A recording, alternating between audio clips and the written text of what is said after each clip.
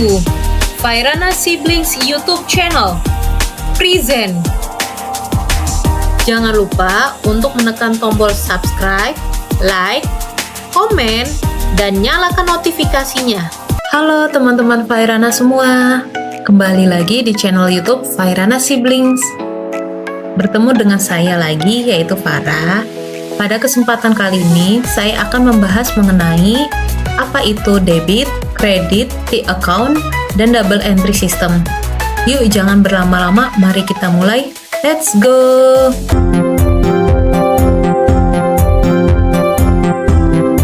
Sebuah akun merupakan pencatatan akuntansi mengenai penambahan atau pengurangan pada aset, liabilitas, dan ekuitas. Bentuk sederhana dari akun adalah T-account. Kenapa disebut dengan T-account?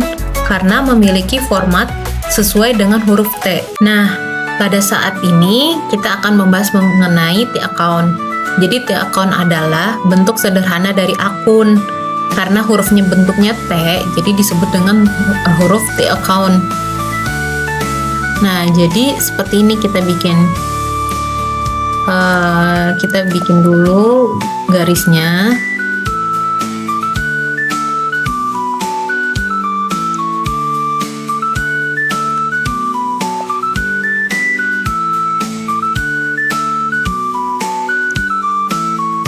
Nah, bentuknya hurufnya seperti T ini. Jadi T-account itu ada judul. Judul itu biasanya ada di atas sini. Terus ada sisi kanan dulu. Sisi kanan, dan ada sisi kiri. Nah, kalau judul misalnya kita buat tentang aset.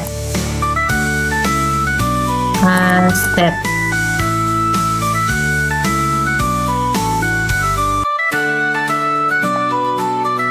Nah, sisi kirinya ini tuh debit. Debit. Sedangkan sisi kanannya itu adalah kredit. Seperti itu.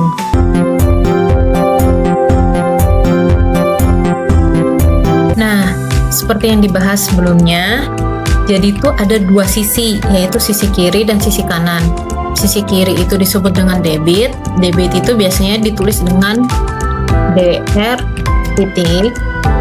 Dan sisi kanannya itu kredit, biasa ditulis dengan CR titik. Nah, jadi bagaimana cara kita menentukan debit atau kredit? Dilihat dari total besarnya. Seperti misalnya total ending antara debit dan kredit itu totalnya lebih besaran debit, maka dia disebut debit dalam satu akun itu. Tapi kalau misalnya besarnya itu di kredit, misalnya dibandingkan dengan debit, maka disebut dengan kredit. Nah, kita ada contoh nih. Pada summary cash-nya itu pertama kita terima 15.000. Jadi cash itu memiliki saldo normal.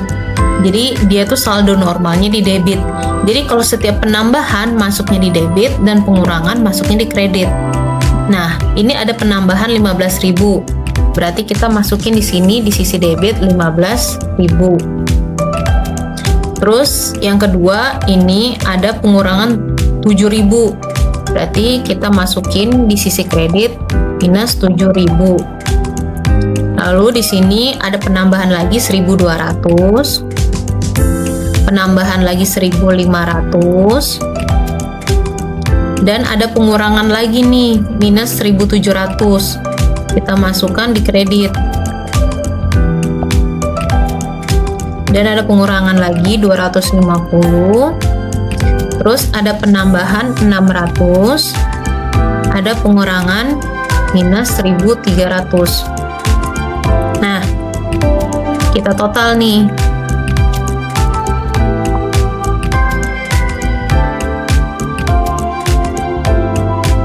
Kita total, kita bikin garis dulu sebagai totalnya.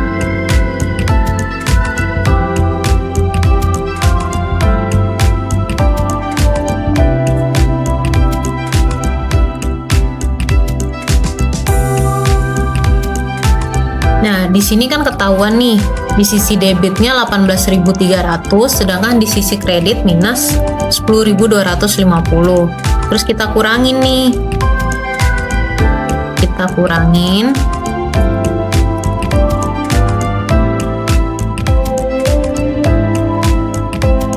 Berarti sisanya 8.050. Oh iya, seharusnya kalau misalnya dia sudah masuk ke kredit, nggak usah dimasukin pakai minus lagi. Jadi karena kredit itu berdasarkan saldo normalnya sudah dijadikan minus. Jadi kita hapus minusnya.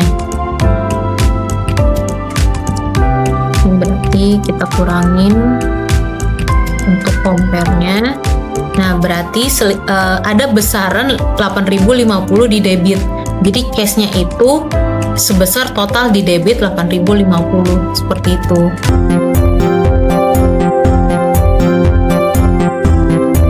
Setiap jurnal harus memiliki prosedur double entry system, di mana setiap transaksi harus memberikan efek pada 2 atau lebih akun untuk menjaga keseimbangan persamaan akuntansi, yaitu di mana nilai debit harus sama dengan nilai kredit pada setiap transaksi.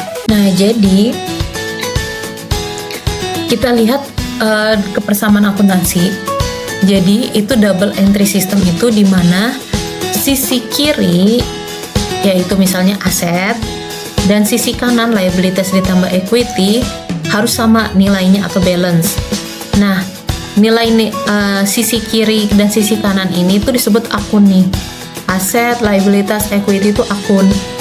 Nah, jadi misalnya nilai aset kita 100. Otomatis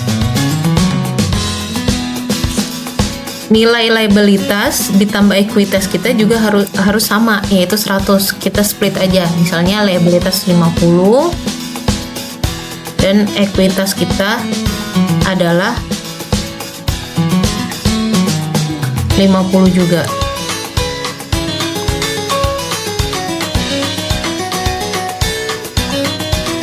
Gitu. Jadi ini harus sama, harus balance. Nah, sama juga dengan debit kredit. Debit kredit ini juga harus balance sisi-sisinya.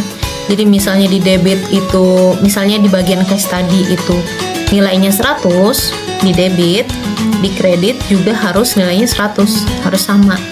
Seperti itu. Nah, fungsi dari double entry system adalah untuk memastikan keakuratan dari pencatatan jumlah dan mencegah terjadinya error.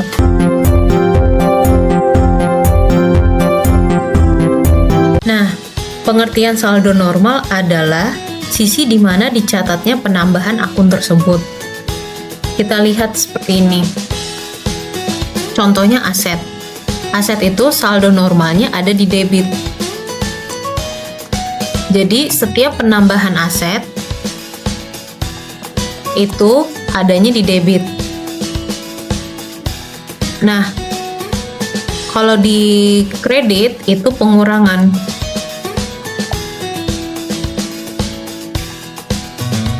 Sedangkan untuk liabilitas, penambahan atau sisi saldo normalnya adalah di kredit. Kita tulis di sini, saldo normal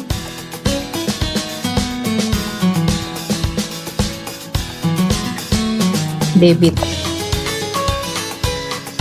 Nah, kalau liabilitas, saldo normalnya ada di kredit. Dan kalau ada penambahan adanya di kredit. Setiap pengurangan adanya di kredit, adanya di debit.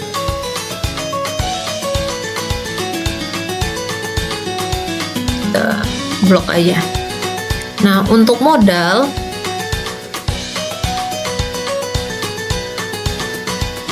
jadi setiap penambahan ada di kredit.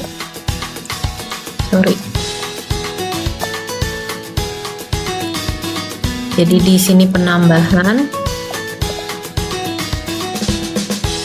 di sini pengurangan. Pengurangan modal itu adanya di debit. Dan laba ditahan itu sama dengan kayak modal. Jadi saldo normalnya laba ditahan ada di kredit.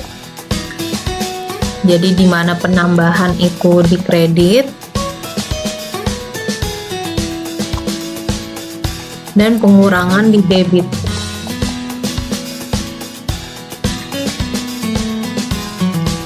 Nah, untuk dividen itu saldo normalnya ada di debit.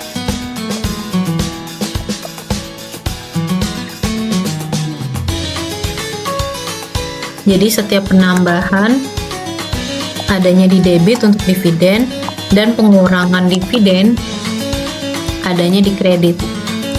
Untuk pendapatan itu saldo normalnya ada di kredit. Jadi ini penambahannya itu di kredit untuk pendapatan dan pengurangan di debit. Nah, untuk beban itu saldo normal di debit. Jadi penambahan di debit, pengurangan di kredit. Nah, biasanya saya pada saat awal-awal mempelajari itu, awalnya saya mau menghafal gitu. Jadi untuk setiap saldo normalnya saya akan menghafal gitu. Tetapi nanti seiring berjalannya waktu, kita lebih ke analisa seperti itu. Terima kasih kepada seluruh teman-teman Fairana yang telah menonton video ini. Jangan lupa untuk menekan tombol subscribe, like, komen, share, dan nyalakan notifikasinya untuk mendapatkan video-video edukasi dan hiburan lainnya dari channel YouTube Fairana Siblings. Sampai jumpa di video selanjutnya. Stay tune ya.